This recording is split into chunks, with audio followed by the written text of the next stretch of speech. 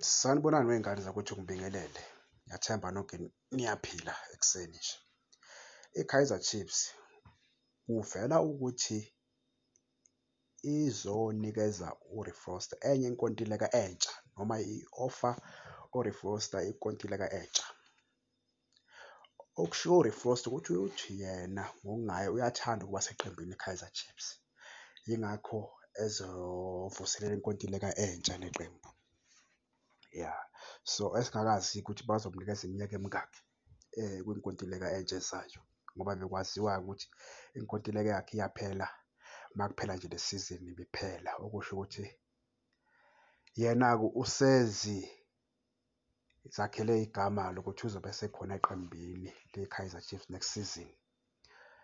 Ya, kodwa okuya ngami mina bemele bengamnikeza inkontileka entsha ngoba uReeforster uma ngicabanga nawe ngokwazi kwakho useneminyaka maybe almost 7 to 8 years kwi-Kaizer Chiefs kodwa akaze asinike lutho.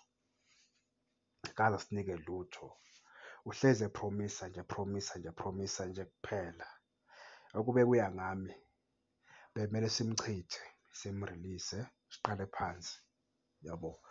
Kuyo le Chiefs le ebhedayo ekunamba 10, ekunamba 8 this season ukhona. Engicabanga ukuthi njenge-fullback e-overlap-ayo angiboni ukuthi unama-assist futhi angikhumbuli ne-assist anayo. Uma kuwukuthi unayo mhlampe awu-2 njengomuntu o-overlap-ayo, yabo. So futhi yena uma e-overlap-a futhi akabuyi, overlap-a engabuyi i-team isiphanishe la esuka khona, yabo.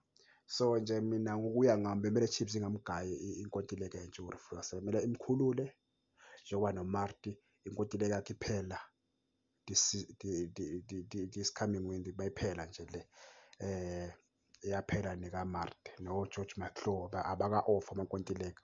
Okubukeka ngathi-ke o-George McClough bazohamba ngoba abaka-off amankontileka amasha. Ya, okubukeka ngathi u-George McClough uzohamba. So lo mjida-ke hhayi asithembe kodwa nje hhayi mina ukube kuya ngami nje ngithi bemele imkhulule ayoy'funela amadlela aluhlaza. Lo mjida usekhojwa ngama-coach almost abafika ko-7 o-coach or 5 coaches different. So sebemu-program izinto ey'ningi ekhanda lakhe. So bemele bemkhulule sithole iy'ntwana ezintsha ezisenomqondo o-right, yabo. Ngoba yena usekhojwe amajida mhlampe awu-7, 8, yabo, or 6 lapho. So hhayi ngeke asinike lutho le window. If uma bengachitha uNabi kushuthi uzobe uyokhojwa omunye u-coach, yabo. So yena hhayi bekumele ahambe, bekumele ahambe bafowethu. Angazi nina nithini kodwa nje kube kuya ngami bemele bemkhulule ahambe asayine i-right back ne-left back e-right, yabo. Asayine i-left back ne-left back e-right.